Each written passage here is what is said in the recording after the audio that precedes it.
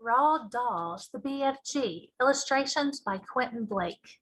The characters in this book are humans, Queen of England, Mary, the Queen's maid, Mr. Tibbs, the palace butler, the head of the army, the head of the Air Force, and of course, Sophie, an orphan. The giants, the flesh lump eater, the bone cruncher, the man hugger, the child chewer, the meat dripper, the gizzard gulper, the maid masher, the blood bottler, the butcher boy, and of course, the BFG. The witching hour. Sophie couldn't sleep. A brilliant moonbeam was slanting through a gap in the curtains. It was shining right onto her pillow. The other children in the dormitory had been asleep for hours. Sophie closed her eyes and lay quite still. She tried very hard to doze off. It was no good. The moonbeam was like a silver blade slicing through the room onto her face. The house was absolutely silent. No voices came up from downstairs. There were no footsteps on the floor above either. The window behind the curtain was wide open, but nobody was walking on the pavement outside. No cars went by on the street. Not the tiniest sound could be heard anywhere. Sophie had never known such a silence. Perhaps, she told herself, this is what they call the witching hour. The witching hour, somebody had once whispered to her, was a special moment in the middle of the night when every child and every grown-up was in a deep, deep sleep, and all the dark things came out from hiding and had the world to themselves. The moonbeam was brighter than ever on Sophie's pillow. She decided to get out of bed and close the gap in the curtains. You got punished if you were called out of bed after lights out, even if you said you had to go to the laboratory. That was not accepted as an excuse, and they punished you just the same. But there was no one about now. Sophie was sure of that. She reached for her glasses that lay on the chair beside her bed. They had steel rims and very thick lenses, and Sophie couldn't see a thing without them. She put them on and then slipped out of bed and tiptoed over to the window. When she reached the curtains, Sophie hesitated. She longed to duck underneath them and lean out of the window to see what the world looked like now that the witching hour was at hand. She listened again. Everywhere was deathly still. The longing to look out became so strong she couldn't resist it. Quickly, she ducked under the curtains and leaned out of the window. In the silvery moonlight, the village street she knew so well seemed completely different. The houses looked bent and crooked like houses in a fairy tale. Everything was pale and ghostly and milky white. Across the road, she could see Mrs. Rance's shop where you bought buttons and wool and bits of elastic. It didn't look real. There was something dim and misty about that too. Sophie allowed her eye to travel further and further down the street. Suddenly, she froze. There was something coming up the street on the opposite side. It was something black, something tall and black, something very tall and very black, very thin.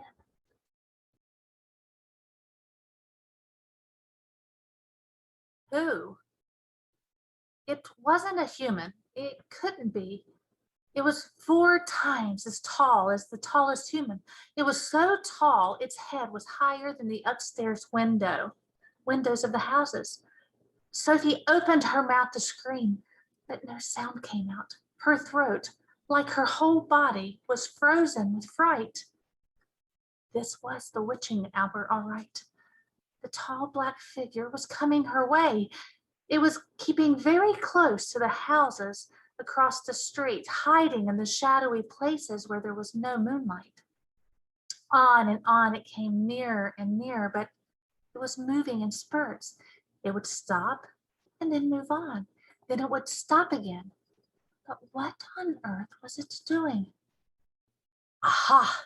Sophie could see now that what it was up to.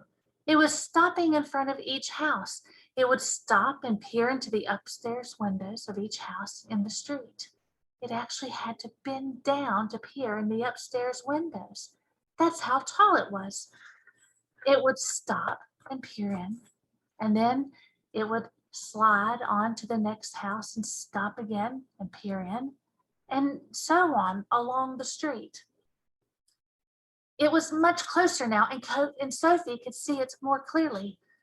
Looking at it carefully, she decided it had to be some kind of person. Obviously, it was not a human, but it was definitely a person, a giant person, perhaps. Sophie stared hard across the misty, moonlit street.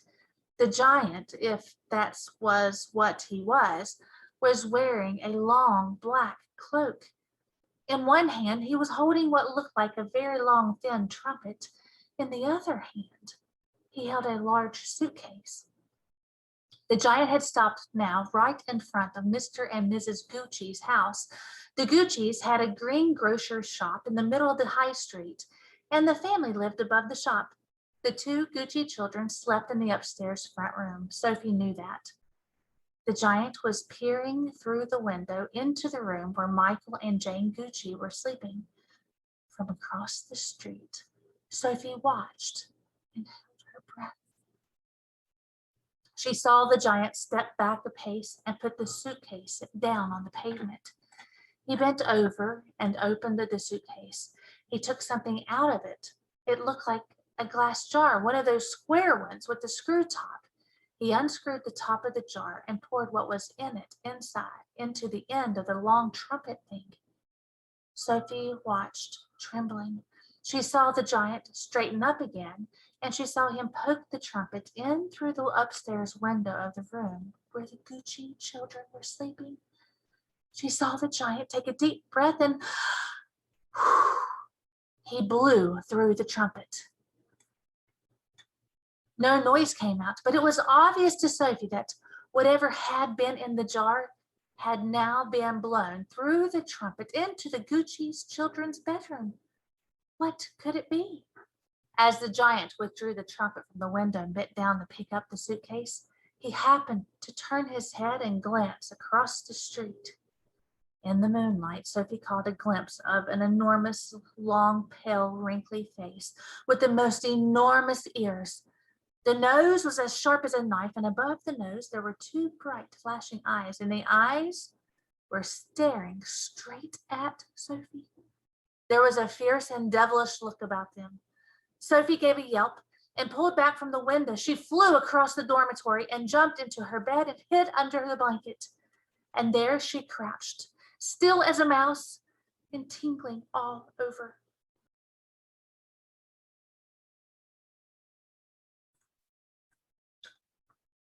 The Snatch. Under the blankets, Sophie waited.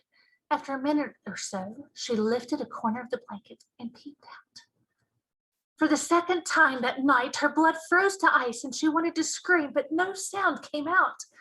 There at the window, with the curtains pushed aside, was the enormous, long, pale, wrinkly face of the giant person staring in. The flashing black eyes were fixed on Sophie's bed. The next moment, a huge hand with pale fingers came snaking in through the window. This was followed by an arm as thick as a tree trunk, and the arm, the hand, the fingers were reaching across the room towards Sophie's bed. This time, Sophie really did scream, but only for a second, because very quickly the huge hand clamped down over her blanket, and the scream was smothered by the bedclothes. Sophie, crouching underneath the blanket, felt strong fingers grasping hold of her, and then she was lifted up from her bed, blanket and all, and whisked out of the window. If you could think of anything more terrifying than that happening to you in the middle of the night, then let's hear about it. The awful thing was that Sophie knew exactly what was going on, although she couldn't see it happening. She knew that a monster or giant with an enormous, long, pale, wrinkly face and dangerous eyes had plucked her from her bed in the middle of the witching hour and was now carrying her out through the window, smothered in a blanket. What actually happened next was this. When the giant had got Sophie outside, He arranged the blankets so that he could grasp all the four corners of it at once in one of his huge hands, with Sophie imprisoned inside. In the other hand, he seized a suitcase and a long trumpet thing, and off he ran. Sophie, by squirming around inside the blanket, managed to push the top of her head out through the little gap just below the giant's hand. She stared around her. She saw the village houses rushing by on both sides. The giant was sprinting down the high street. He was running so fast his black cloak was streaming out behind him like the wings of a bird. Each stride he took was as long as a tennis court. Out of the village he ran, and soon they were racing across the moonlit fields. The hedges divided the fields were no problem for the giant. He simply strode over them. A wide river appeared in his path. He crossed it in one flying stride. Sophie crouched in the blankets, peering out. She was being bumped against the giant's leg like a sack of potatoes. Over the fields and hedges and rivers they went, and after a while, a frightening thought came to Sophie's head. The giant is running fast, she told herself, because he is hungry and he wants to get home as quickly as possible, and then he'll have me for breakfast.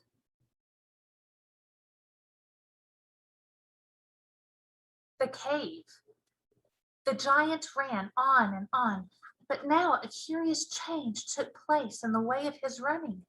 He seemed suddenly to go into a higher gear. Faster and faster he went, and soon he was traveling at such a speed the landscape became blurred. The wind stung Sophie's cheeks, made her eyes watery. It whipped her head back and whistled in her ears. She could no longer feel the giant's feet touching the ground. She had a weird sensation they were flying. It was impossible to tell whether they were over land or sea. This giant had some sort of magic in his legs. The wind rushing against Sophie's face became so strong that she had to duck down again into the blanket to prevent her head from being blown away. Was it really possible that they were crossing oceans? It certainly felt that way to Sophie. She crouched in the blanket and listened to the howling of the wind. It went on for what seemed like hours. Then, all at once, the wind stopped its howling. The pace began to slow down. Sophie could feel the giant's feet pounding once again over the earth. She poked her head up out of the blanket to have a look. They were in the country of thick forest and rushing rivers. The giant had definitely slowed down and was now running more normally, although normal was a silly word to use to describe a galloping giant. He leaped over a dozen rivers. He went rattling through a great forest, then down into a valley and up over a range of hills as bare as concrete. And soon he was galloping over a desolate wasteland that was not quite of this earth. The ground was flat and pale yellow. Great lumps of blue rock were scattered around, and dead trees stood everywhere like skeletons. The moon had long since disappeared, and now the dawn was breaking. Sophie, still peered out from the blanket, saw suddenly ahead of her a great craggy mountain. The mountain was dark blue, and all around it the sky was gushing and glistening with light. Bits of pale gold were flying among delicate, frosty white flakes of clouds, and over to one side, the rim of the morning sun was coming up, red as blood. Right beneath the mountain, the giant stopped. He was puffing mightily. His great chest was heaving in and out. He paused to catch his breath. Directly in front of them, lying against the side of the mountain, Sophie could see a massive round stone. It was as big as a house. The giant reached out and rolled the stone to one side as easily as if it had been a football, and now, where the stone had been, there appeared a vast black hole. The hole was so large the giant didn't even have to duck his head as he went in. He strode into the black hole, still carrying Sophie in one hand, the trumpet and the suitcase in the other. As soon as he was inside, he stopped and turned and rolled the great stone back into place so that the entrance of his secret cave was completely hidden from outside.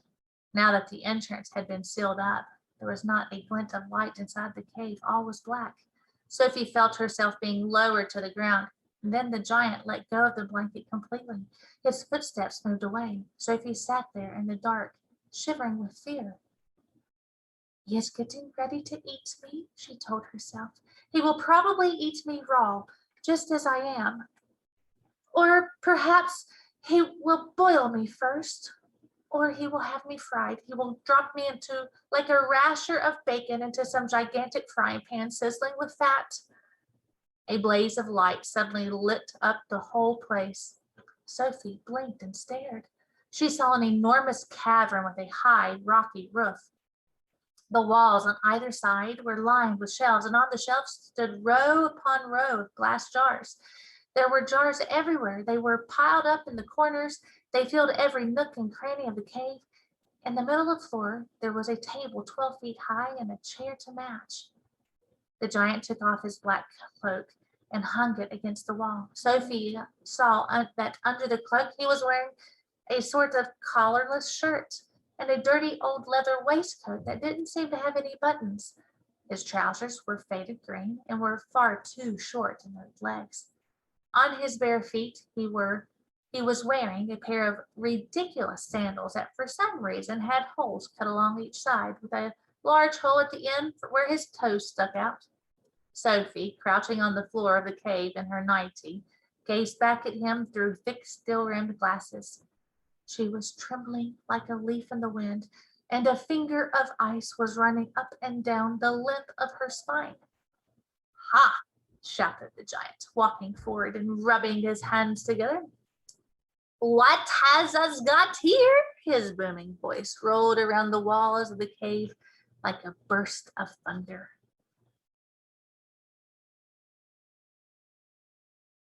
The BFG. The giant picked up the trembling Sophie with one hand and carried her across the cave and put her on the table. "Now he really is going to eat me," Sophie thought.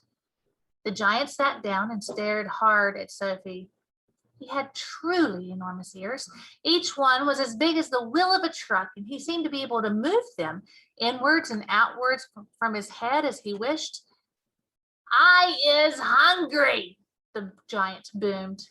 He grinned, showing massive square teeth. The teeth were very white and very square, and they sat in his mouth like huge slices of white bread. "Please don't eat me," Sophie stammered. The giant let out a bellow of laughter. "Just because I is a giant, you think I is a man-gobbling cannibal?" he shouted. "You is about right. Giants is all cannibally and murderful. And they does gobble up human beings. We is in giant country now. Giants is everywhere around out there. Us has the famous bone-crunching giant. Bone-crunching giant crunches up 2 wopsy whiffling human beings for supper every night. Noise is ear-bursting. Noise of crunching bones goes crackety-crack for miles around." "Ouch," Sophie said. "Bone-crunching giant only gobbles human beings from Turkey. Every night bone-crunching's galloping off to Turkey to gobble Turks." Sophie's sense of patriotism was suddenly so bruised by this remark that she became quite angry. "Why Turks? What's wrong with the English?" "Bone-crunching giant says Turks is tasting ever so much juicier, more scrum-diddly-umptious. Bone Cruncher says Turkish human beings has a glamourly flavor. He says Turks from Turkey's tasting of turkey." "I suppose they would." "Of course they would. Every human being is diddly and different. Some is scrumdiddly-umptious, and some is ucky slush. Greeks is all full of ucky slush. No giant is eating Greeks ever." "Why not?" Sophie asked. "Giant Greeks from Greece is all tasting greasy," the giant said. "I imagine that's possible too," Sophie said. She was wondering with a bit of tremble what all this talking about people was leading up to. Whatever happened, she simply must play along with this peculiar giant and smile at his jokes. But were they jokes? Perhaps the great brute was just working up an appetite by talking about food. As I am saying, the giant went on, all human beings is having different flavors. Human beings from Panama is tasting very strong of hats. Why hats? You is not very clever, the giant said, moving his great ears in and out.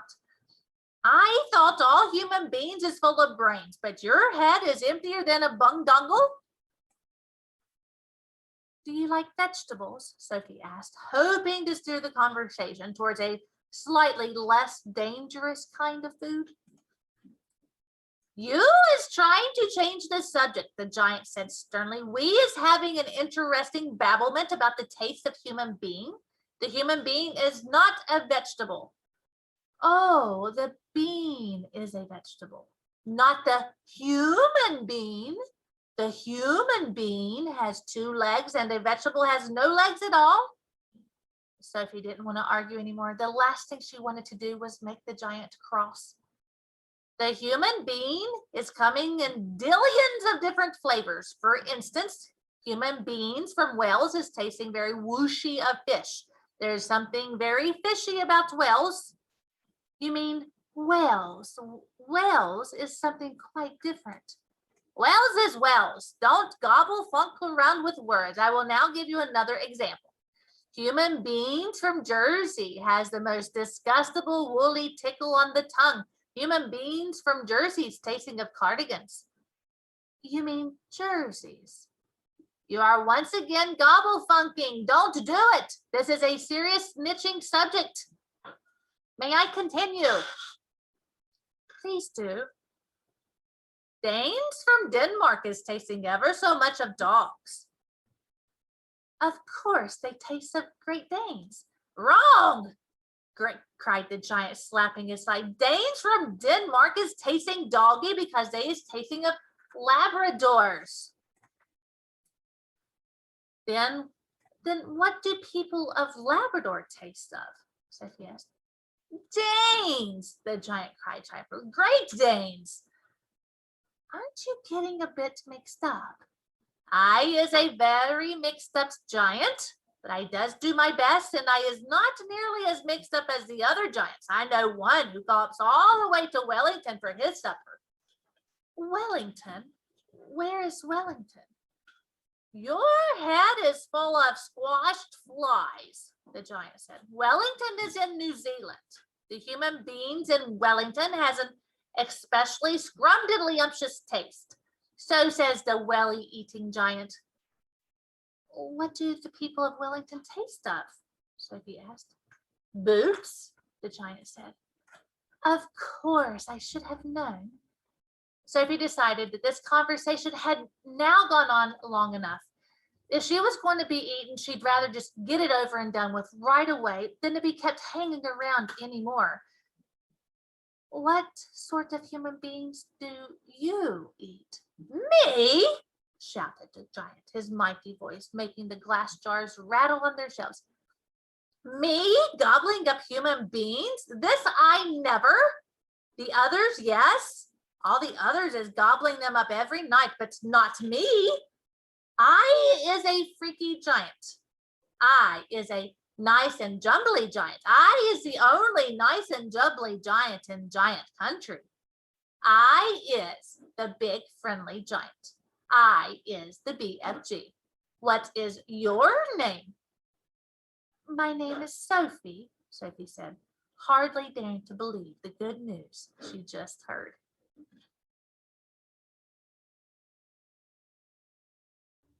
The giants.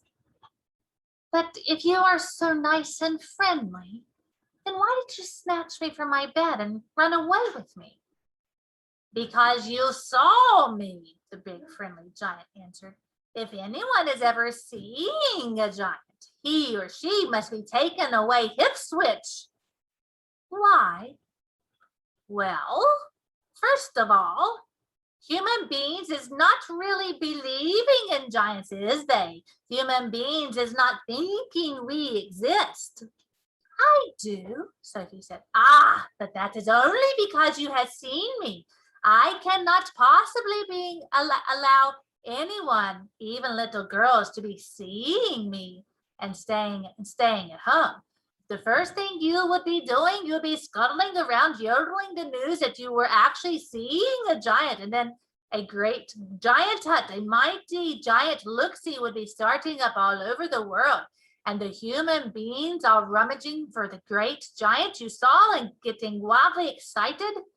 People would be coming and rushing and bushing after me with goodness knows what, and they would be catching me and looking me into a cage to be stared at. They would be putting me into the zoo or the bunkin house with all those squiddly hippo dumplings and crocodile dillies. Sophie knew that what the giant said was true. If any person reported actually having seen a giant haunting the streets of a town at night, there would most certainly be a terrific hullabaloo across the world. I will bet you that you would have been splashing the news all over the wonky world, wouldn't you, if I hadn't wiggled you away? I suppose I would, Sophie said. And that would never do, said the BFG. So what will happen to me now? If you go back, you will be telling the whole world, most likely on the telly bunkum box and the radio squeaker. So you will just have to be staying here with me for the rest of your life. Oh no, oh yes, but I am warning you not to ever go whiffling about out of this cave without I is with you, or you'll be coming to an ucky-mucky end. I is showing you now who is going to eat you up if they is ever catching one tiny little glimpse of you. The big friendly giant picked Sophie up off the table and carried her to the cave entrance. He rolled the huge stone to one side and said, "Peep over there, little girl, and tell me what you is seeing." Sophie, sitting on the BFG's hand, peeped out of the cave. The sun was up now and shining fiery hot over the great yellow wasteland and its blue rocks and dead trees. Is you seeing them? Sophie, squinting through the glare of the sun, saw several tremendous tall figures moving among the rocks about 500 yards away. 3 or 4 others were sitting quite motionless on the rocks themselves. This is giant country, the BFG said. Those is all giants, every one. It was a brain-boggling sight. The giants were all naked except for a sort of short skirt around their waist, and their skins were burnt by the sun. But it was the sheer size of each one of them that boggled Sophie's brain most of all. They were simply colossal, far taller and wider than the big friendly giant upon whose hand she was now sitting. And oh, how ugly they were. Many of them had large bellies. All of them had long arms and big feet. They were too far away for their faces to be seen clearly, and perhaps that was a good thing. What on earth are they doing? Sophie asked. Nothing. That is just moochling and foochling around and waiting for the night to come. Then they will all be galloping off to places where people is living to find their suppers. You mean to Turkey? Bone-crunching giants will be galloping to Turkey, of course, but the others will be whiffling out to all sorts of flung-away places like Wellington for the booty flavor and Panama for the hatty taste. Every giant having his own favorite hunting ground. Do they ever go to England? Often. They say the English is tasting ever so wonderfully of Krogskapel. I'm not sure I quite know what that one means. Meanings is not important. I cannot be right all the time. Quite often I is left instead of right. And are all those beastly giants over there really going to off again tonight to eat people?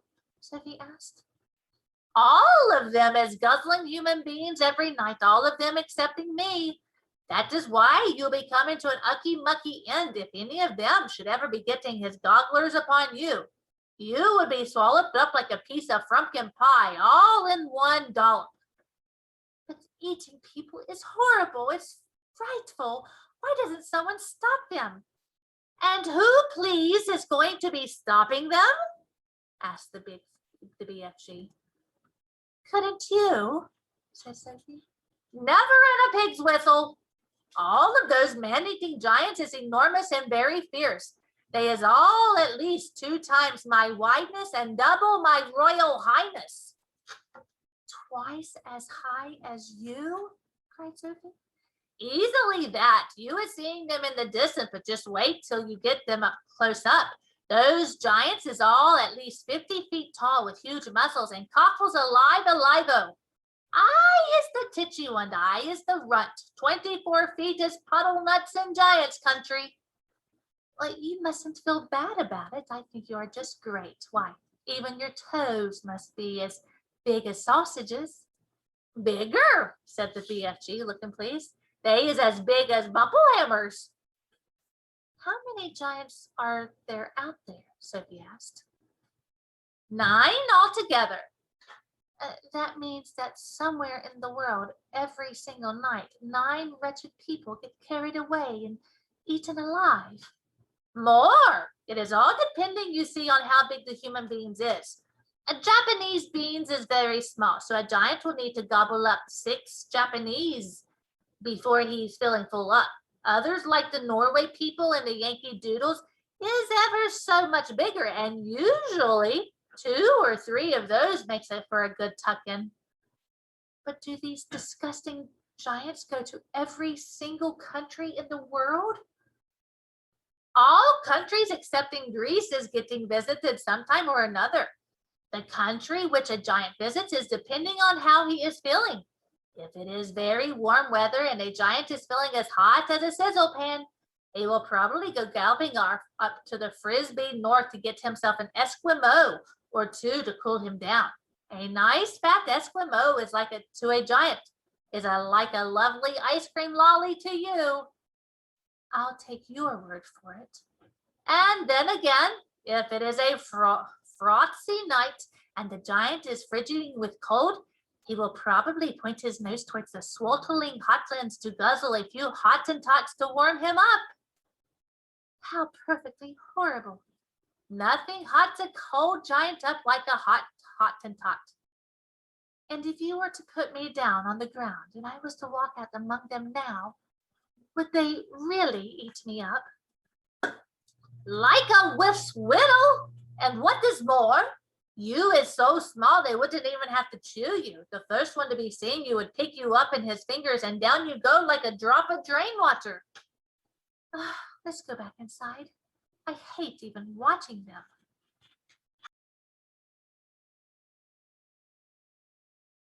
The marvelous ears.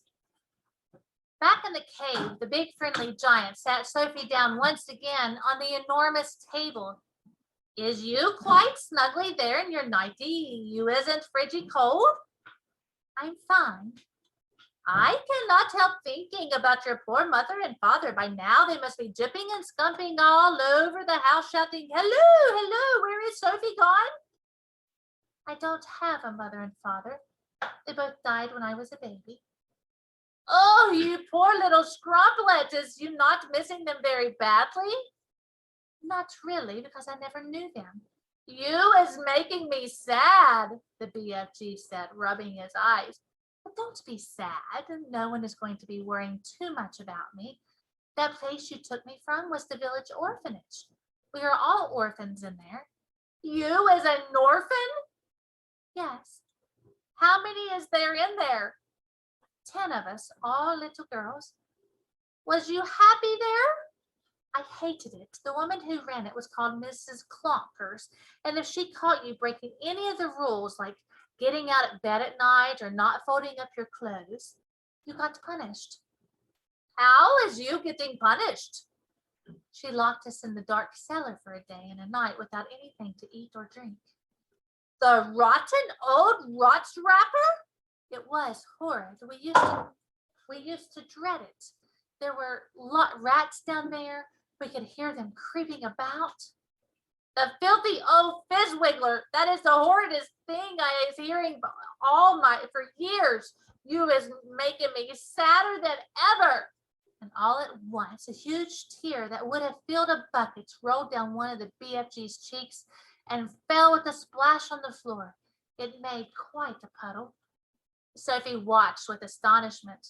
What a strange and moody creature this is, she thought. One minute he's telling me my head is full of squashed flies, and the next moment his heart is melting for me because Mrs. Clonkers locked us in a cellar. The thing that worries me is having to stay in this dreadful place for the rest of my life. The orphanage was pretty awful, but I wouldn't have been there forever, would I? All is my fault. I is the one who kid-snatched you. Yet another enormous tear welled from his eyes and splashed onto the floor. Now I come to think of it, I won't actually be here all that long, Sophie said. I is afraid you will. No, I won't. Those brutes out there are bound to catch me sooner or later and have me for tea. I is never letting that happen. For a few moments, the cave was silent, and then Sophie asked, May I ask you a question? The BFG wiped the tears from his eyes with the back of his hand and gave Sophie a long, thoughtful stare. Shoot away. Would you please tell me what you were doing in our village last night? Why were you poking that long trumpet thing into the Gucci children's bedroom and then blowing through it? Aha! Cried the BFG, sitting up suddenly in his chair. Now he's getting nosier than a Parker. And the suitcase you were carrying, what on earth was that all about? The BFG stared suspiciously at the small girl sitting cross-legged on the table. You is asking me to tell you whoopsie big secrets that nobody's ever hearing before. I won't tell a soul. I swear it. How could I anyway? I'm stuck in here for the rest of my life. You would be telling the other giants. No, I couldn't. You told me they would eat me up the moment they saw me. And so they would, you as a human being. And human beings is like strawbuckles and cream to those giants. Well, if they are going to eat me the moment they see me, then I wouldn't have time to tell them anything, would I? You wouldn't? Then why did you say I might? Because I is brimful of buzzburgers. If you listen to everything I am saying, you will be getting an earache. Please tell me what you were doing in our village. I promise you could trust me. Would you teach me how to make an elephant? The BFG asked. What do you mean? I would dearly love to have an elephant to ride on. I would so much love to have a jumbly big elephant to go riding through the green forest, picking peachy fruits off the trees all day long. This is a sizzling, hot, muck-frumping country we is living in. Nothing grows in it except snozcumbers. I would love to go somewhere else and pick peachy fruits in the early morning from the back of an elephant. Sophie was quite moved by this curious statement. Perhaps one day we will get you an elephant and peachy fruits as well. Now, tell me what you were doing in our village. If you is really wanting to know what I am doing in your village, I is blowing a dream into the bedroom of those children. Blowing a dream? What do you mean? I is a dream-blowing giant. When all the other giants is galloping off every what way in which to swallow human beings, I is scuttling away to other places to blow dreams into the bedrooms of sleeping children. Nice dreams, lovely golden dreams, dreams that is giving the dreamers a happy time. Now hang on a minute. Where do you get these dreams? I collect them, the BFG said, waving an arm towards all the rows and rows of bottles on the shelves. I has billions of them. You can't collect a dream. A dream isn't something you can catch a hold of. You is never going to understand about it. That is why I is not wishing to tell you. Oh, please tell me. I will understand. Go on. Tell me how you collect dreams. Tell me everything. The BFG settled himself comfortably in his chair and crossed his legs. Dreams is very mysterious things. They is floating around in the air like little whipsy misty bubbles. And all the time they is searching for sleepy people. Can you see them? Never at first. Then how do you catch them if you can't see them? Aha! Now he's getting on to the dark and dusty secrets. I won't tell a soul. I is trusting you, the BFG said. He closed his eyes and sat quite still for a moment while Sophie waited. A dream, as it goes whiffling through the night air, is making a tiny little buzzy humming noise. But this little buzzy hum is so silvery soft it is impossible for a human being to be hearing it. Can you hear it? The BFG pointed up to his enormous truck-wheel ears, which he now began to move in and out. He performed this exercise proudly with a little proud smile on his face. Is you seeing these? How can I miss them? Sophie said. They may be is looking a bit preposterous to you, but you must believe me when I say they is very extra usual ears indeed. They is not to be coughed at. I'm quite sure they're not, Sophie said. They is allowing me to hear absolutely every single twiddly little thing. You mean you can hear things I can't hear? You is deaf as a dumpling compared with me. You is hearing only thumping loud noises with those little earwigs of yours, but I am hearing all the secret whisperings of the world. Such as what? In your country, I is hearing the footsteps of a ladybird as she goes walking across a leaf. Honestly? Sophie said, beginning to be impressed. What's more, I is hearing those footsteps very loudly. When a ladybird is walking across a leaf, I is hearing her feet like going clumpity, clumpity, clump like giant's footsteps. Good gracious me, what else can you hear? I is hearing the little ants chittering to each other as they scuttle around in the soil. You mean you could hear ants talking? Every single word, although I is not much understanding their language. Go on. Sometimes on a very clear night, and if I squiggle my ears in the right direction, and here he swiveled his great ears upward so they were facing the ceiling. If I is squiggling them like this and the night is very clear, I is sometimes hearing faraway music coming from the stars in the sky. A queer little shiver passed through Sophie's body. She sat very quiet, waiting for more. My ears is what told me you was watching me from out the window last night. But I didn't make a sound. I was hearing your heart beating across the road, loud as a drum. Go on, please. I can hear plants and trees. Do they talk? They is not exactly talking, but they is making noises.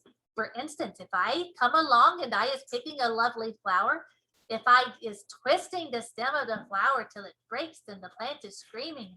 I can hear it screaming and screaming very clear. You don't mean it. How awful. It is screaming just like you would be screaming if someone twisted your arm right off. Is that really true? You think I is whizzle fiddling you? It is rather hard to believe. Then I is stopping right here. I was not wishing to be called a pipster. Oh, no, I'm not calling you anything. I believe you. I do, really. Please go on. The BFG gave her a long, hard stare. Sophie looked right back at him, her face open to his. I believe you, she said softly. She had offended him, and she could see that. I wouldn't ever be fibbling to you. I know you wouldn't, but you must understand that it isn't easy to believe such amazing things straight away. I understand that. So do please forgive me and go on. He waited a while longer, and then he said, it is the same with trees as it is with flowers. If I is chopping an axe into the trunk of a big tree, I is hearing a terrible sound coming from inside the heart of a tree. What sort of sound? A soft moaning sound. It is like the sound of an old man is making when he is dying slowly. He paused, the cave very silent. Trees is living and growing just like you and me. They is alive. So is plants. He was sitting very straight in his chair now, his hands clasped tightly together in front of him. His face was bright, his eyes round and bright as two stars. Such wonderful and terrible sounds I is hearing. Some of them you would never wish to be hearing yourselves, but some is like glorious music. He seemed almost to be transfigured by excitement of his thoughts. His face was beautiful in its blaze of emotions. Tell me something more about them, Sophie said quietly. You just ought to be hearing the little mices talking. Little mices is always talking to each other, and I is hearing them as loud as my own voice. What do they say? Only the mices know that. Spiders is also talking a great deal. You might not be thinking it, but spiders is the most tremendous natterboxes. And when they is spinning their webs, they is singing all the time. They is singing sweeter than any nightingale. What else do you hear? One of the biggest chatterbags is the cattle piddlers. What do they say? They is arguing all the time about who is going to be the prettiest butterfly. That is all they is ever talking about. Is there a dream floating around in here now? Sophie asked. The BFG moved his great ears this way and that way, listening intently. He shook his head. There is no dream in here except in the bottles. I has a special place to go for catching dreams. They is not often come into giant country. How do you catch them? The same way you is catching buttery flies, that with a net. He stood up and crossed over to the corner of the cave where a pole was leaning against the wall. The pole was about 30 feet long, and there was a net at the end of it. Here is the Dreamcatcher, he said, grasping the pole in one hand.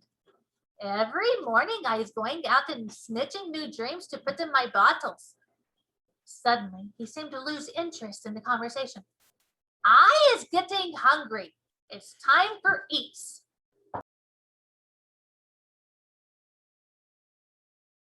Chapter 8, Snozzcumbers. But if you don't eat people like all the others, then what do you live on? That is a squelchy and tricky problem around here. In this slosh-flunking giant country, happy eats like pineapples and pig winkles is simply not growing. Nothing is growing except for one extremely icky-poo vegetable. It is called the snozzcumber. The snozzcumber? There is no such thing. The BFG looked at Sophie and smiled, showing about 20 of his square white teeth. Yesterday we was not believing in giants, was we? Today we is not believing in snozzcumbers. Just because we happen not to have certainly actually seen something with our own two little winkles, we think it is not existing. What about, for instance, the great squizzly Scotch hopper? I beg your pardon. And the humple crimp? What's that? And the rap rascal? The what? And the crumpscottle? Are they animals? They is common animals, said the BFG contemptuously. I is not a very know-all giant myself, but it seems to me that you is an absolutely know-nothing human being. Your brain is full of rotten wool. You mean cotton wool? What I mean and what I say is two different things, the BFG announced rather grandly. I will now show you a snozzcumber. The BFG flung open a massive cupboard and took out the weirdest looking thing Sophie had ever seen. It was about half as long. It was about half as long again as an ordinary man, but was much thicker. It was as thick around its girth as a perambulator. It was black with white stripes along its length, and it was covered all over with coarse knobs. Here is the repulsant snozzcumber, the BFG cried, waving it around. I squoggle it. I despise it. I desponge it. But because I is refusing to gobble up human beings like the other giants, I must spend my life guzzling up icky poo snozzcumbers instead. If I don't, I will be nothing but skin and groans. You mean skin and bones? I know it is bones, but please understand, I cannot be helping if if I sometimes is saying things a little squiggly. I is trying my best, very best all the time. The big friendly giant looked suddenly so forlorn that Sophie got quite upset. I'm sorry, I didn't mean to be rude. There never was any schools to teach me talking in giant country, the BFG said sadly. But couldn't your mother have taught you? My mother? Giants don't have mothers, surely you as knowing that. I did not know that.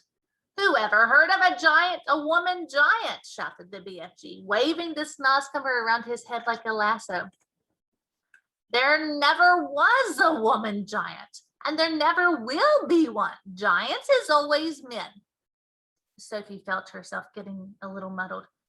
In that case, how were you born? Giants isn't born.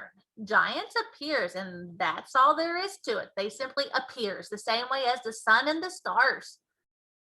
And when did you appear? Now, how on earth could I be knowing a thing like that? It was so long ago I couldn't count. You mean you don't even know how old you are?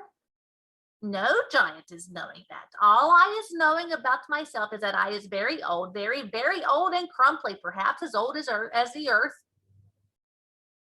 What happens when a giant dies?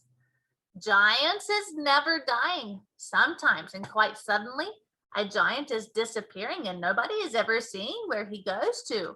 But mostly us giants is simply going on and on like whipsy time twiddlers. The BFG was still holding the awesome snozzcumber in his right hand, and now he put one end into his mouth and bit off a huge hunk of it. He started crunching it up, and the noise he made was like the crunching of lumps of ice.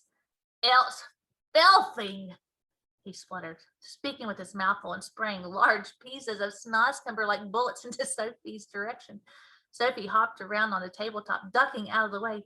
It's disgusterous. It's sickable, it's rotsome, it's maggot-wise. Try it yourself, the spousome snozzcumber.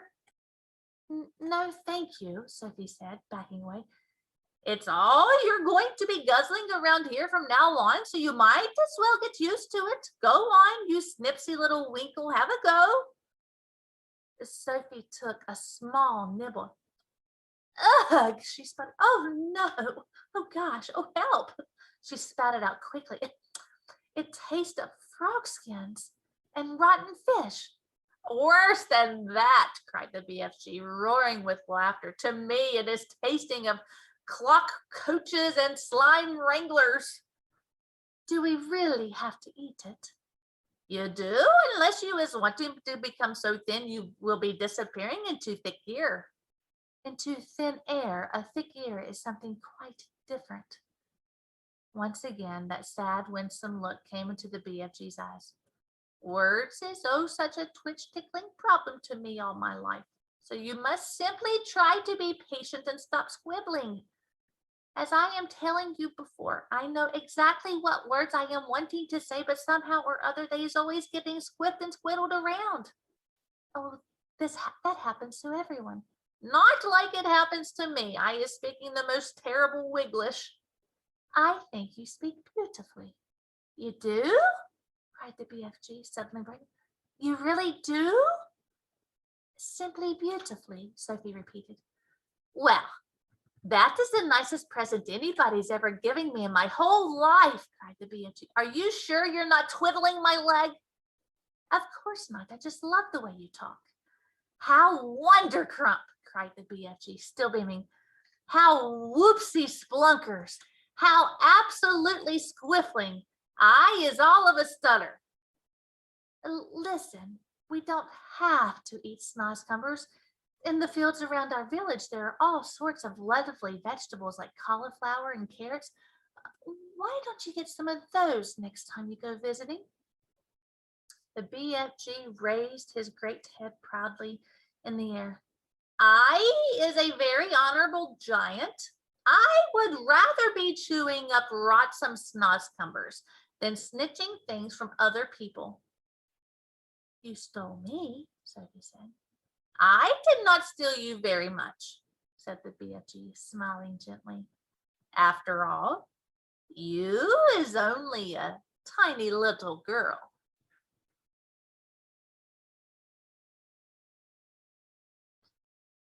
the blood bottler. Suddenly, a tremendous thumping noise came from outside the cave entrance, and a voice like thunder shouted, "Runt! Is you there, Runt? I is hearing you jabbling. Who is you jabbling to, Runt?"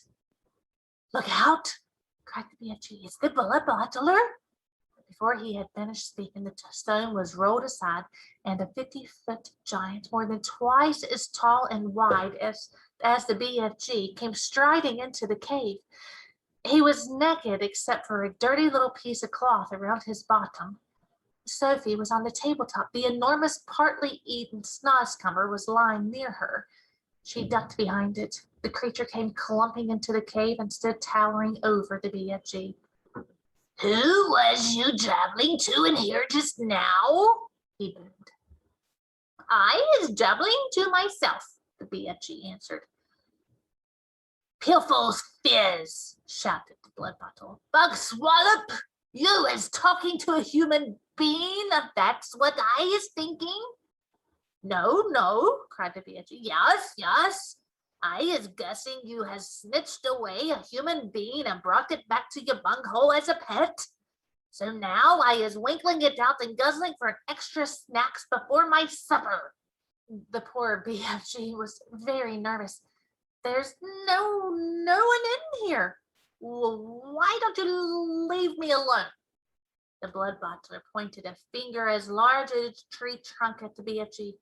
"Runty little scum screwer, piffling little swish figgler, swimpy little bottlewort, fruity little pox whistler. I is now going to search the primroses." He grabbed the BFG by the arm. "And you is going to help me do it. Us together is going to winkle out this tasteful little human being," he shouted. The BFG had intended to whisk Sophie off the table as soon as he got the chance and hide her behind his back, but now there was no hope in doing this. Sophie peered around the chewed-off end of the enormous snozzcumber, watching the two giants as they moved away down the cave. The blood bottler was a gruesome sight. His skin was reddish pink. There was black hair sprouting on his chest and arms and on his stomach. Their hair on his head was long and dark and tangled. His foul face was round and squashy looking. His eyes were tiny black holes. The nose was small, but the mouth was huge. It spread right across his face, almost ear to ear, and it had lips that were like two gigantic purple frankfurters lying on one on top of the other. Craggy yellow teeth stuck out between two purple frankfurter lips, and rivers of spit ran down over the chin. It was not in the least difficult to believe that this ghastly brute ate men, women, and children every night. The blood bottler, still holding the BFG by the arm, was examining the rows and rows of bottles. "You is and your pibbling bottles. What is you putting in them?" "Nothing that would interest you. You is only interested in guzzling human beings," the BFG answered. "And you is dotty as a dog squaggler." Soon the blood bottler would be coming back, Sophie told herself, and he was bound to search the tabletop. But she couldn't possibly jump off the table. It was 12 feet high. She'd break a leg. The snozzcumber, although it was as thick as a perambulator, was not going to hide her if the blood bottler picked it up. She examined the chewed-off end. It had large seeds in the middle, each one as big as a melon. They were embedded in soft, slimy stuff. Taking care to stay out of sight, Sophie reached forward and scooped away half a dozen of those seeds.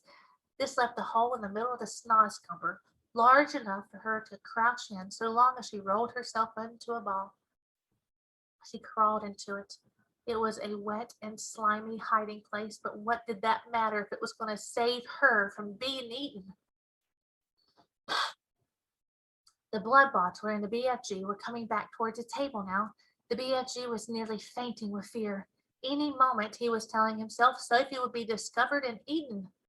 Suddenly, the blood bottler grabbed the half-eaten snozzcumber. The BFG stared at the bare table. "Sophie, where is you?" he thought desperately. "You cannot possibly jumping off that high table, so where is you hiding, Sophie?" So this is the filthy, rotsome glubbage you is eating, boomed the blood bottler, holding up the partly eaten snozzcumber. You must be cockles to be guzzling such rub squash. For a moment, the blood bottler seemed to have forgotten about his search for Sophie. The BFG decided to lead him further off the track. That is the scrumdiddly-umptious snozzcumber. I is guzzling it gleefully every night and day. Is you never trying a snozzcumber, blood bottler? Human beings is juicier. You is talking Rami tot, the BFG said, growing braver by the second. He was thinking that if only he could get the blood bottler to take one bite of the repulsive vegetable, the sheer foulness of its flavor would send him bellowing out of the cave. I is happy to let you sample it, but please, when you see how truly glumptious it is, do not be guzzling the whole thing. Leave me a little snitchet for my supper. The blood bottler stared suspiciously with small piggy eyes at the snozzcumber. Sophie, crouching inside the chewed-off end, began to tremble all over.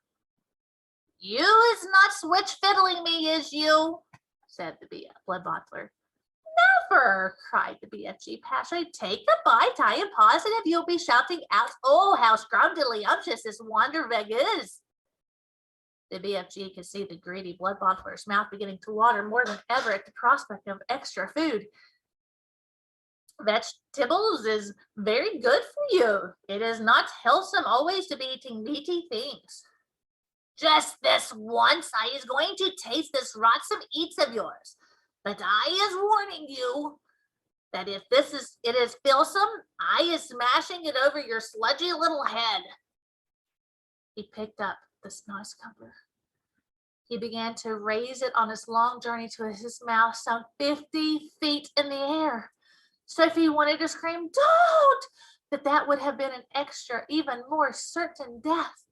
Crouching among the slimy seeds, she felt herself being lifted up and up and up. Suddenly there was a crunch as the blood bottler bit a huge hunk off the end. Sophie saw his yellow teeth clamping together just a few inches from her head. Then there was utter darkness. She was in his mouth. She caught a whiff of his evil-smelling breath. It stank of bad meat. She waited for the teeth to go crunch once more, and she prayed that she would be killed quickly.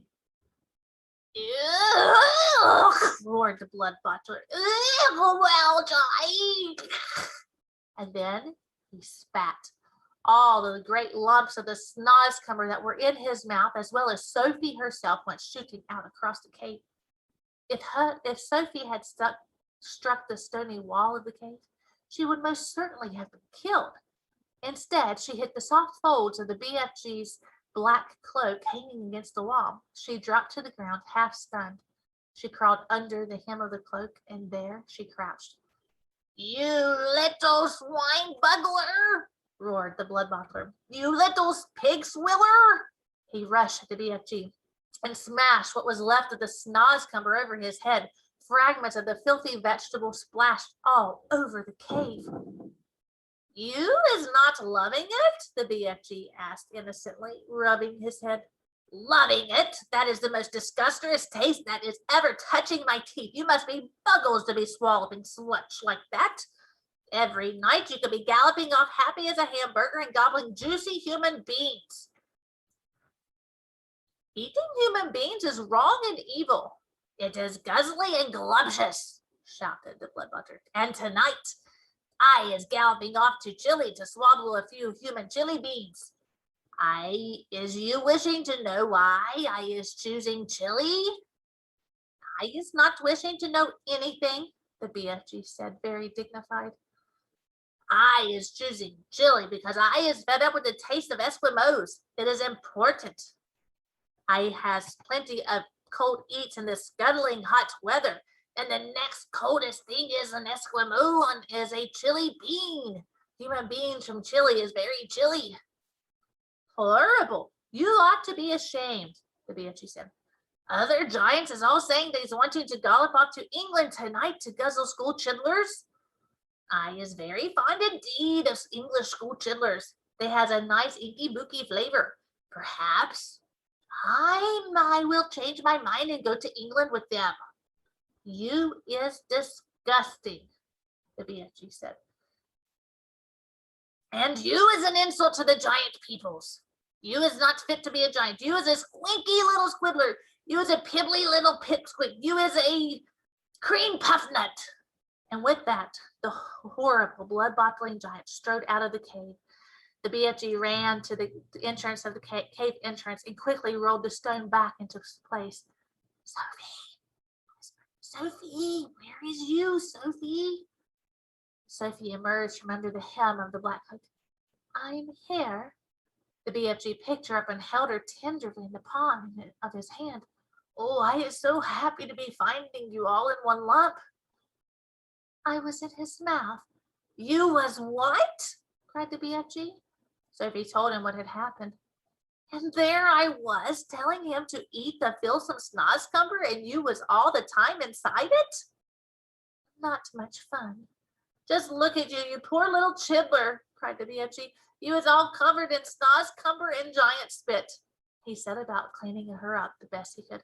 I is hating those other giants more than ever now, he said. You know what I should like? What? I should like to find a way of disappearing them, every single one. I'd be glad to help you. Let me see if I can think up of a way of doing it.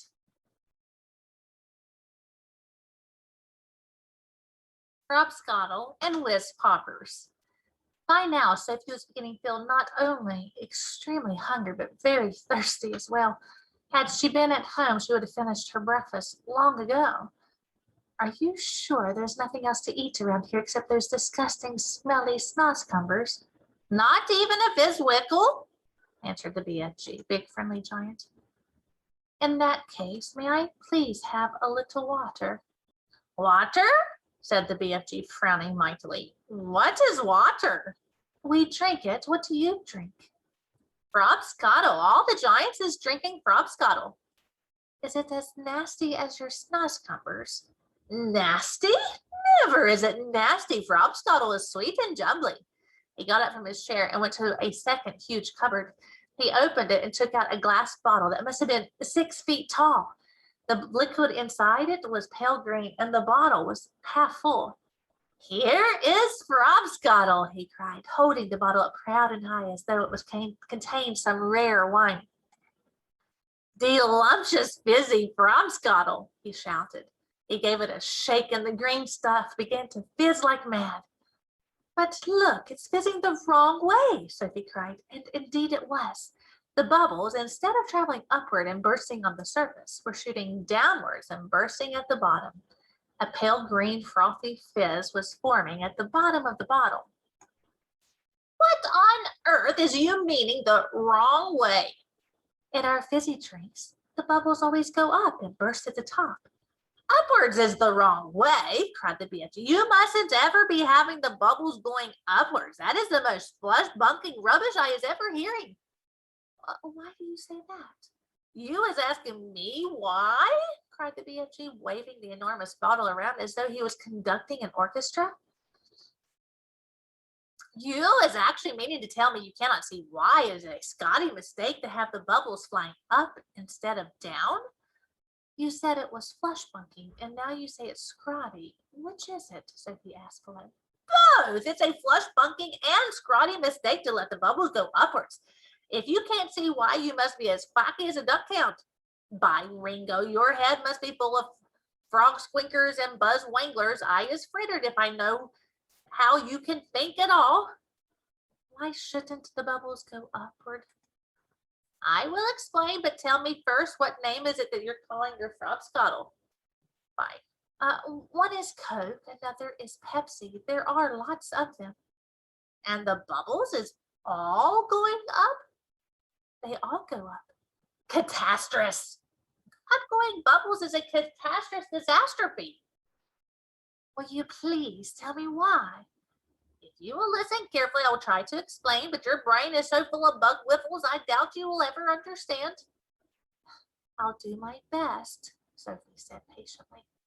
Very well then, when you is drinking this cookie drink of yours and it is going straight down into your tummy, is that right or is it left? It's right, Sophie said. And the bubbles is also going into your tummy. Right or left? Right again. And the bubbles is fizzing upwards? Of course. Which means that they will all become swish wiggling up your throat and out your mouth and making a foulsome belching burp. That is often true, but what's wrong with a little burp now and again? It's sort of fun. Burping is filsome. Us giants is never doing it. But with your drinks, what was it you called it? Frobscottle. With frobscottle, the bubbles in your tummy will be going downwards, and that could have a far nastier result. Why nasty? Asked the BFG, frowning. Because, Sophie said, blushing a little, if they go down instead of up, they'll be coming out somewhere else with an even louder and ruder noise. A whiz popper, cried the BFG, beaming at her. Us giants is making whiz poppers all the time. Whiz popping is a sign of happiness. It is music in our ears. You surely is not telling me that a little whiz popping is forbidden among human beings. It is considered extremely rude. But you is whiz popping, is you not, now and again? Oh, everyone is whiz popping, if that's what you call it. Kings and queens are whiz popping, presidents are whiz popping, glamorous film stars are whiz popping, little babies are whiz popping. But where I come from, it's not polite to talk about it. Redunculous. If everyone is making whiz poppers, then why not talk about it? We is now having a squiggle of this delicious frobscottle, and you will see the happy results. The BFG shook the bottle vigorously.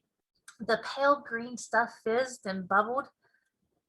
He removed the cork and took a tremendous gurgling swig. It's glummy. I love it. For a few moments, the big friendly giant stood quite still, and a look of absolute ecstasy began to spread over his long, wrinkly face.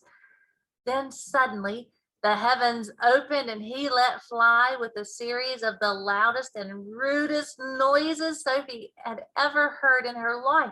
They reverberated around the walls of the cave like thunder, and the glass jars rattled on their shelves. But most astonishing of all was the force of the explosions actually lifted the enormous giant clear off his feet like a rocket. Whoopee, he cried when he came down to earth again. Now that is whiz popping for you. Sophie burst out laughing. She couldn't help it. Have some yourself, cried the BFG, tipping the neck of the enormous bottle towards her. Do you have a cup? No cups, only bottle. Sophie opened her mouth, and very gently the big BFG tipped the bottle forward and poured some of the fabulous frobscottle down her throat. And oh gosh, how delicious it was. It was sweet and refreshing. It tasted of vanilla and cream, which is the faintest trace of raspberries on the edge of flavor. And the bubbles were wonderful. Sophie could actually feel them bouncing and bursting all around her tummy.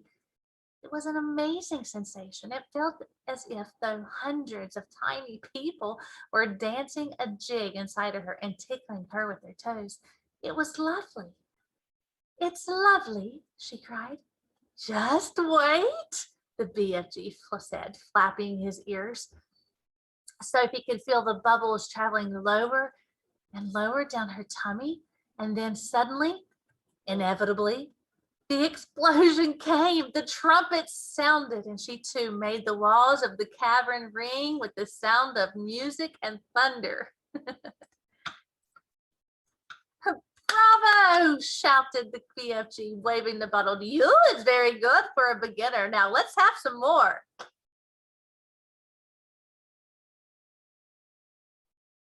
Journey to Dream Country. After the mad frobscottle party was over, Sophie settled herself again on top of the enormous table. You is feeling better now? Asked the BFG, big friendly giant. Much better, thank you, Sophie said.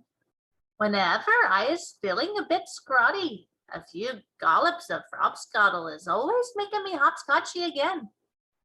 I must say it's quite an experience, Sophie said. It's a rat twizzler, the BFG said. It's gloriumptious. He turned away and strode across the cave and picked up his dream-catching net. I is galloping off now, he said, to catch some more wopsy, whiffling dreams for my collection. I is doing this every day without missing. Is you wishing to come with me? Not me, thank you very much. Not with those other giants lurking outside. I is snuggling you very cozy into the pocket of my waistcoat. Then no one is seeing you. Before Sophie could protest, he had picked her up off the table and popped her into the waistcoat pocket. There was plenty of room in there. Is you wishing for a little hole to peep out from? He asked her. There's one already here, she said. She had found a small hole in the pocket, and when she put one eye too close to it, she could see out very well indeed. She watched the BFG as he bent down and filled his suitcase with empty glass jars. He closed the lid, picked up the suitcase in one hand, took the pole with the net on the end in the other hand, and marched towards the entrance of the cave. As soon as he was outside, the BFG set off across the great hot yellow wasteland where the blue rocks lay and the dead trees stood and where all the other giants were sulking about. Sophie, squatting low on her heels in the pocket of the leather waistcoat, had one eye glued to the little hole. She saw the group of enormous giants about 300 yards ahead. Hold your breaths, the BFG whispered down to her. Cross your fingers. Here we go. He's going right past all these other giants. Is you seeing that whopping great one, the one nearest to us? I see him, Sophie whispered back, quivering. That is the horriblest of them all and the biggest of them all. He is called the flesh lump eating giant. I don't want to hear about him. He is 54 feet high, the BFG said softly as he jogged along. And he is swallowing human beings like they is sugar lumps 2 and 3 at a time. You're making me nervous. I is nervous myself, the BFG whispered. I always gets a jumpsy as a job hopper when the flesh lump eating giant is around. Keep away from him, Sophie pleaded. Not possible. He is galloping easily 2 times as quicksy as me. Shall we turn back? Turning back is worse. If they is seeing me running away, they's all giving chase and throwing rocks. They would never eat you, though, would they? Giants is never guzzling other giants. They is fighting and quarreling a lot with each other, but never guzzling. Human beings is more tasty to them. The giants had already spotted the BFG, and all heads were turned, watching him as he jogged forward. He was aiming to pass well to the right of the group. Through her little peephole, Sophie saw the flesh-lumping giant moving her to intercept him. He didn't hurry. He just loped over casually to the point where the BFG would have to pass. The others loped after him. Sophie counted 9 of them all together, and she recognized the blood bottler in the middle of them. They were bored. They had nothing to do until nightfall. There was an air of menace about them as they loped slowly across the plain with long, lolloping strides, heading for the BFG. Here comes the runty one, boomed the flesh lump eater. Ho, ho there, runty one. Where is you splash winkling away to in such a hefty hurry? He shot out an enormous arm and grabbed the BFG by the hair. The BFG didn't struggle. He simply stopped and stood quite still and said, Be so kind as to be letting go of my hair, flesh lump eater. The flesh lump eater released him and stepped back a pace. The other giants stood around waiting for the fun to start. Now then, you little grob squiffler. We is all of us wanting to know where you is galloping off to every day in the daytime. Nobody ought to be galloping off to anywhere until it is getting dark. The human beings could easily be spotting you and starting a giant hunt, and we is not wanting that to happen, is we not? We is not, shouted the other giants. Go back to your cave, runty one. I is not galloping to any human being country. I is going to the other places.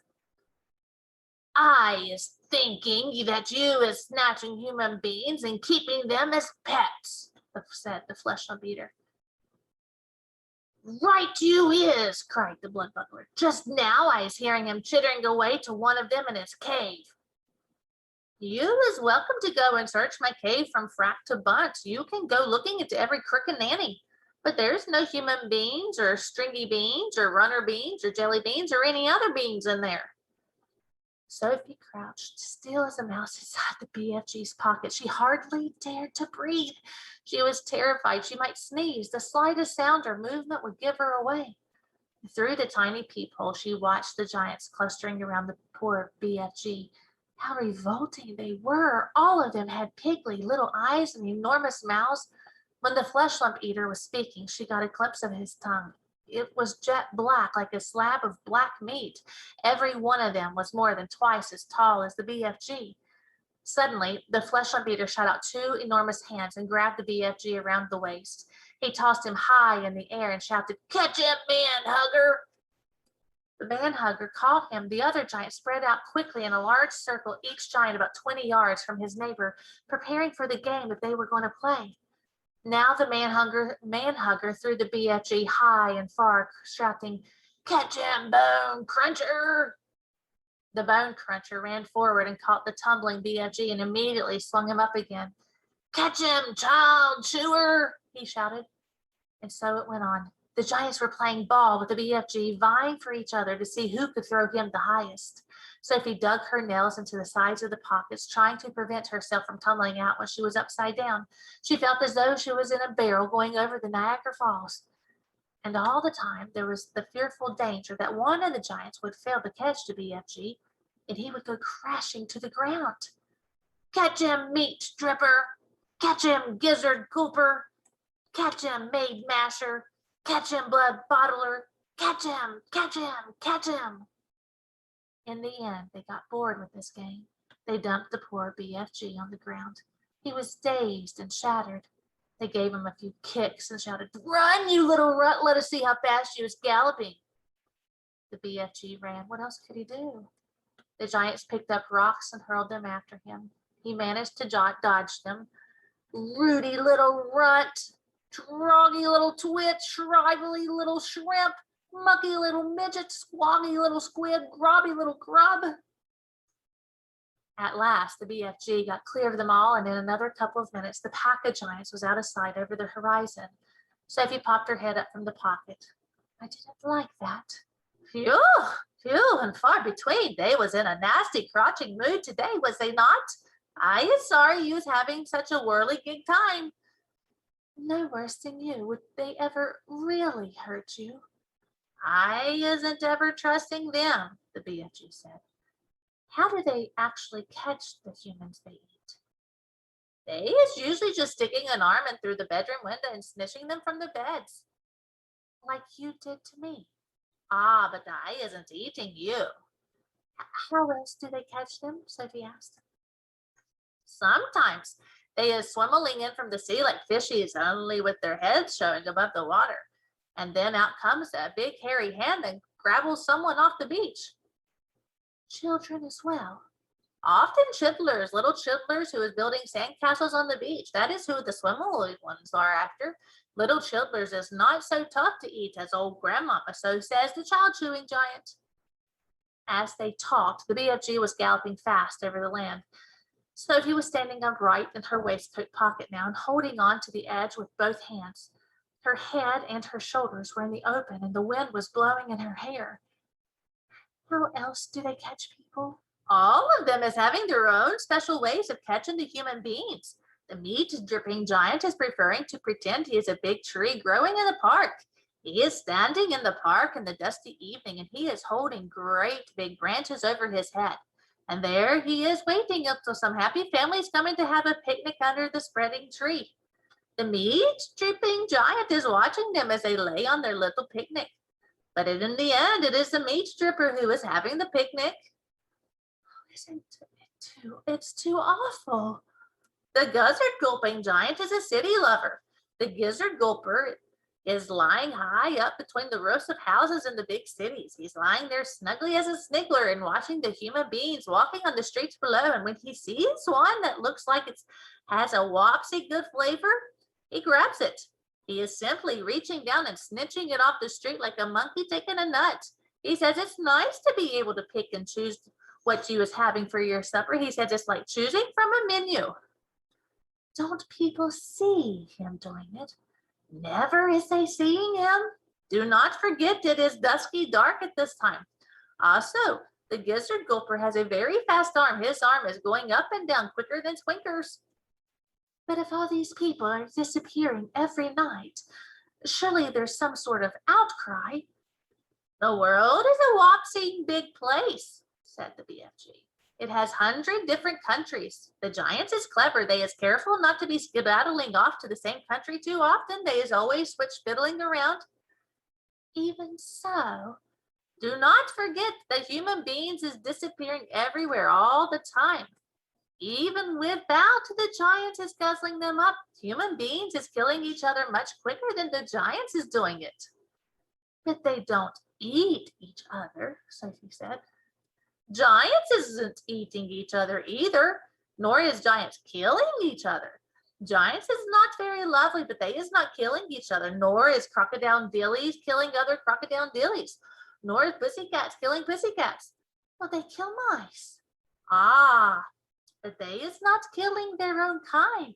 Human beings is the only animal that is killing their own kind.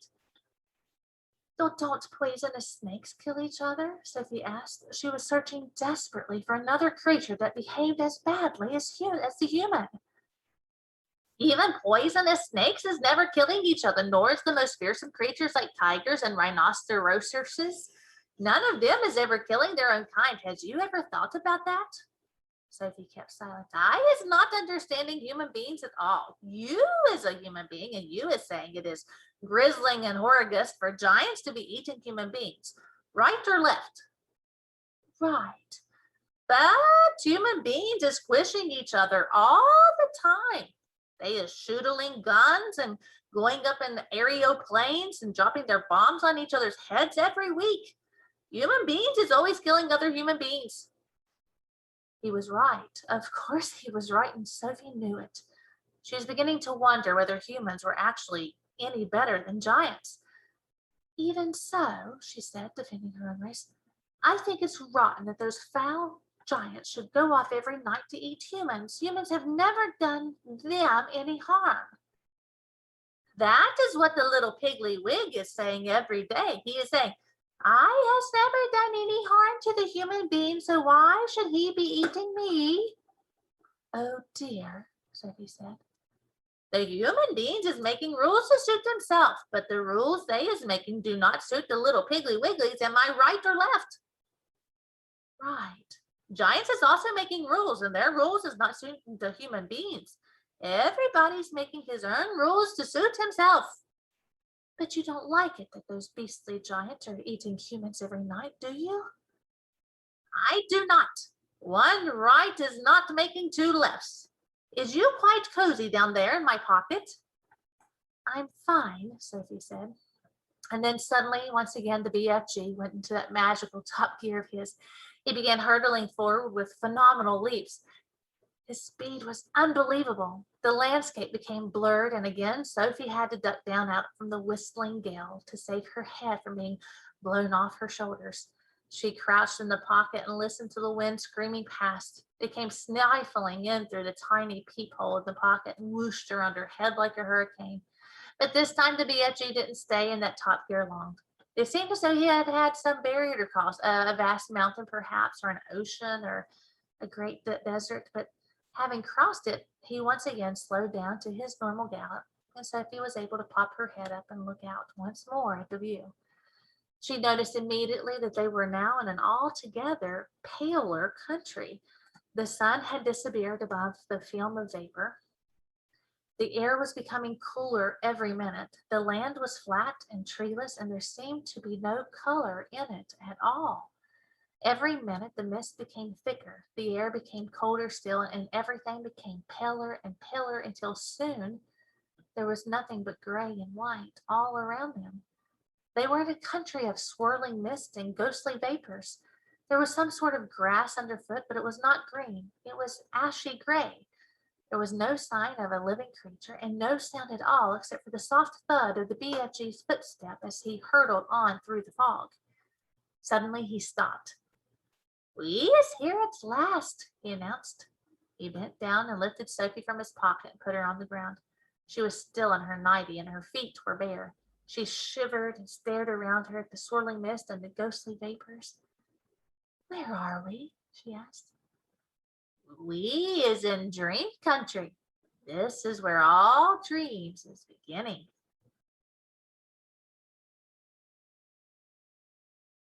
Chapter 12, Dream Catching. The big friendly giant put the suitcase on the ground. He bent down low so that his enormous face was close to Sophie's. "From now on, he is keeping as still as winky little mices," he whispered. Sophie nodded. The misty vapor swirled around her, made her cheeks damp, and left dewdrops in her hair. The BFG opened the suitcase and took out several empty glass jars. He set them ready on the ground with their screw tops removed. Then he stood up very straight. His head was now high up in the swirling mist, and it kept disappearing and then reappearing again. He was holding the long net in his right hand. Sophie, staring upward, saw through the mist that his colossal ears were beginning to swivel out from his head. They began waving gently to and fro. Suddenly, the BFG pounced. He leaped high in the air and swung the net through the mist with a great swishing sweep of his arm. "Got him! A jar! A jar! Quick, quick, quick!"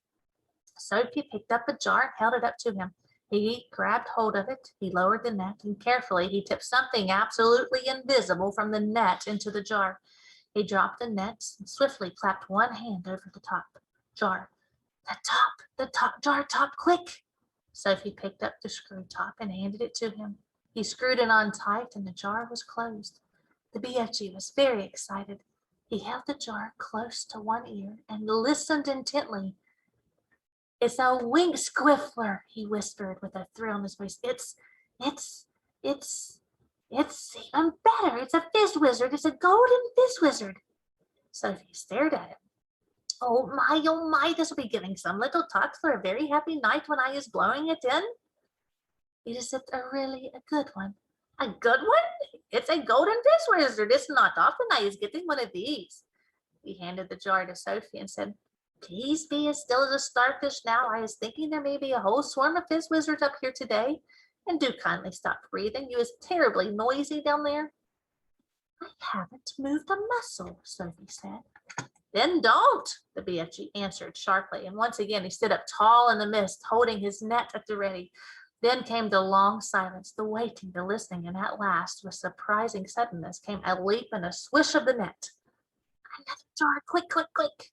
And when the second dream was safely in the jar and the top screw down, the BFG held it to his ear. "Oh no, oh mince my maggots, oh swipe my swogglers." "What's the matter?" "It's a trogglehumper," he shouted. His voice was filled with fury and anguish. "Oh, save our solos, deliver us from weasels. The devil's dancing on my dibbler." "What are you talking about?" Sophie said, and the BFG was getting more distressed by every moment. "Oh, bash my eye bones," he cried, waving the jar in the air. "Oh, I come all this way to get lovely golden dreams, and what is I catching?" "What are you catching?" Sophie said. "I is catching a frightsome trogglehumper. This is a bad, bad dream. It is worse than a bad dream. It's a nightmare." "Oh dear, what will you do with it?" "I is never, never letting it go. If I do, then some poor little toddler will be having the most curd-bloodling time. This one's a real kicksy bog thumper. It is exploding. I is exploding it as soon as I is getting home." "Nightmares are horrible. I had one once and I woke up sweating all over." "With this one, you will be waking up screaming all over. This one would make your teeth stand on end. If this one got into you, your blood would be freezing to icicles and your skin would go creeping across the floor." "Is it as bad as that?" "It's worse. This is a real wopsy grop switcher." You said it was a truggle humper. It is a truggle humper, but it is also a bog thumper and a grubble switcher. It is all three riddled into one. Oh, I is so glad I is clutching it tight. Ah, a wicked beastie you, he cried, holding the jar and staring into it. Nevermore is you going to be bunk doodling the poor little human beanie toddlers. Sophie, who was also staring into the glass jar, cried out, I can see it. There's something in there. Of course there is something in there. You is looking at the frightsome troggle humper. But you told me dreams were invisible. They is always invisible until they is captured, and after they is losing a little their invisibility. We is seeing this one very clearly. Inside the jar, Sophie could see the faint scarlet outline of something that looked like a mixture between a blob of gas and a bubble of jelly. It was moving violently, thrashing against the sides of the jar in forever changing shape. It is wiggling all over the place. It's fighting to get out. It'll bash itself to bits, Sophie said. The nastier the dream, the angrier it is getting it when it is in prison. It is the same with wild animals. If an animal is very fierce and you is putting it in a cage, it will make a tremendous rungle dumpus. If it is a nice animal like a cockatoodle-loo or a fruggle frump, it will sit quietly. Dreams is exactly the same. This one is a nasty, fierce, bogged, rotting nightmare. Just look at him splashing himself against the glass. It's quite frightening. I would be hating to get this one inside of me on a darksome night. So would I. The BFG started putting the bottles back into the suitcase. Is that all? Are we going? I is so upset by this troggle humping, bog thumping grub switcher that I is not wishing to go on. Dream catching is finished for today. Soon, Sophie was back in the waistcoat pocket of the BFG, and the BFG was racing home as fast as he could go. When at last they emerged out of the mist and came again on to the hot yellow wasteland, all the other giants were sprawled out on the ground, fast asleep.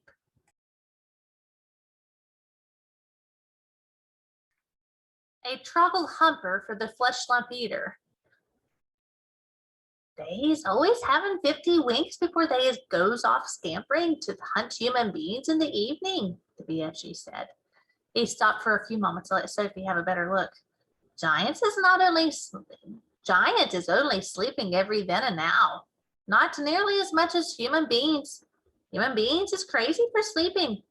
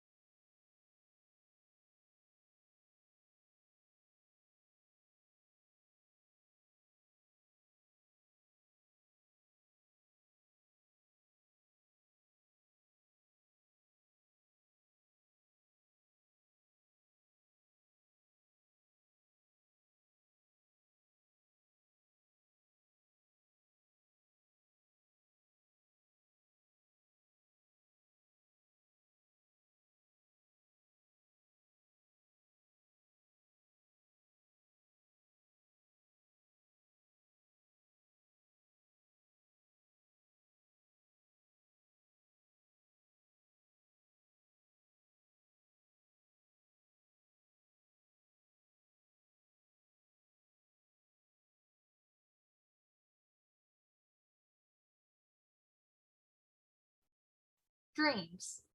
The big friendly giant was seated at the great table in his cave, and he was doing his homework. Sophie sat cross-legged on the tabletop nearby, watching him at work. The glass jar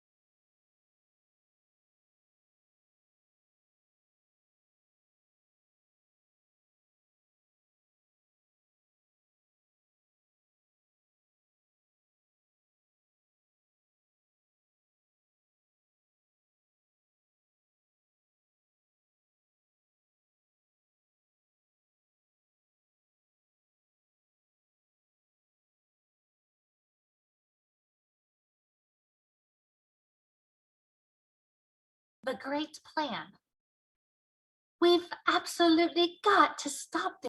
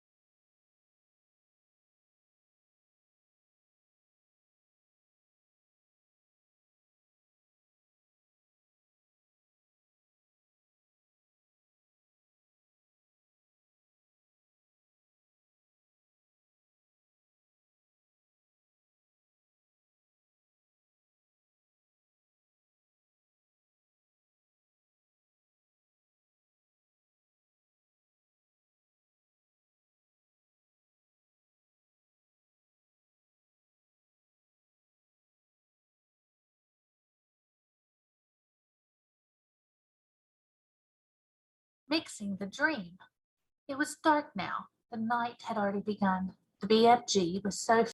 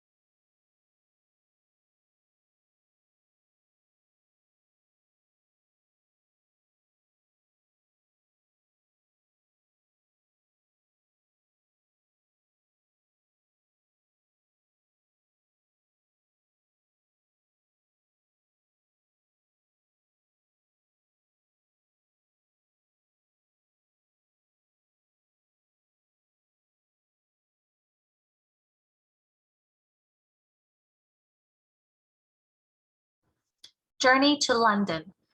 The great yellow wasteland lay dim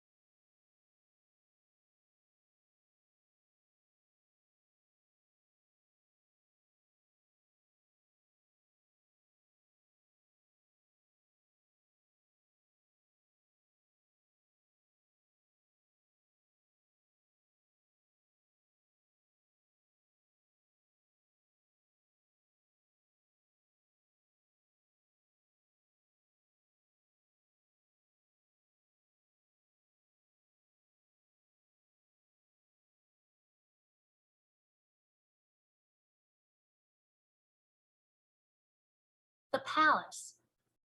By gumdrops, is this really it?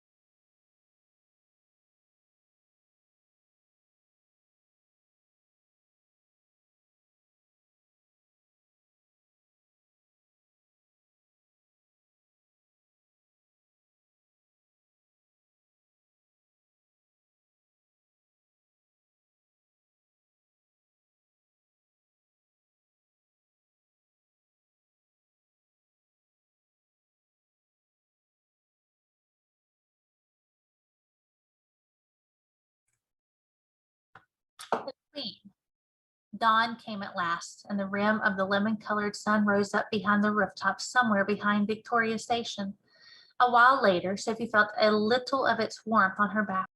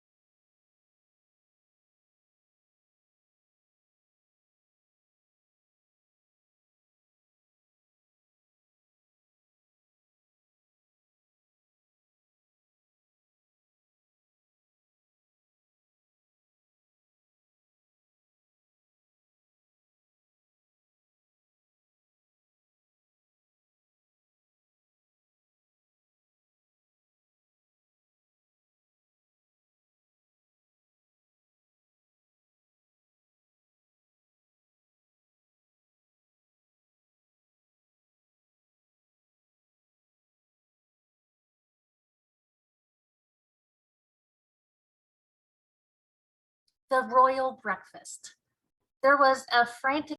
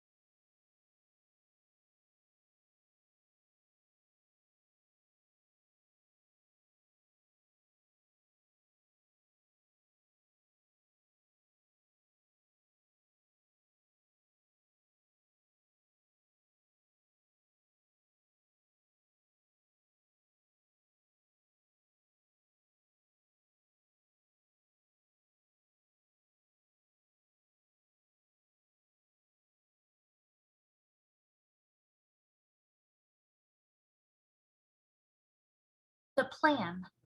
The head of the army and the head of the Air Force stood at attention beside the Queen's breakfast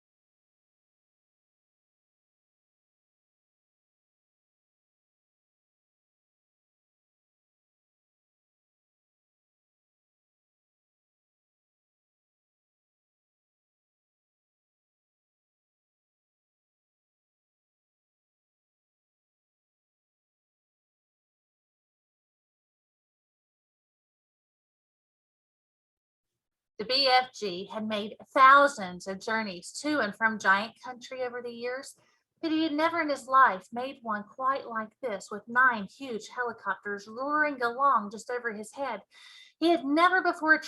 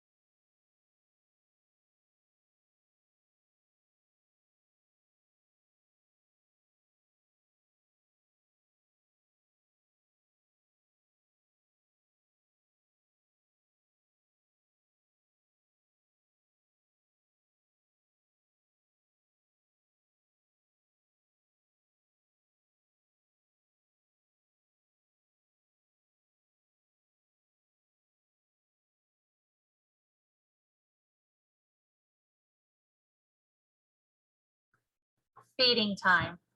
While the giants were being captured, a tremendous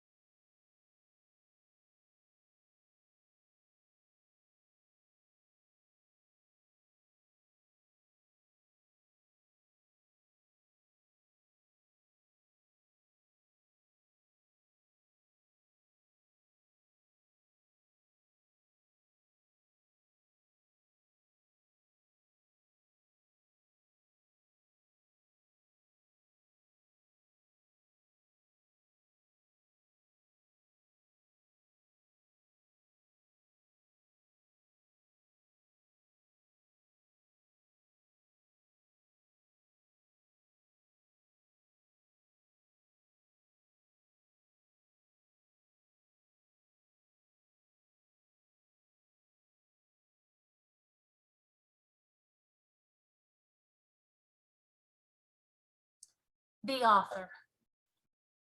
Every country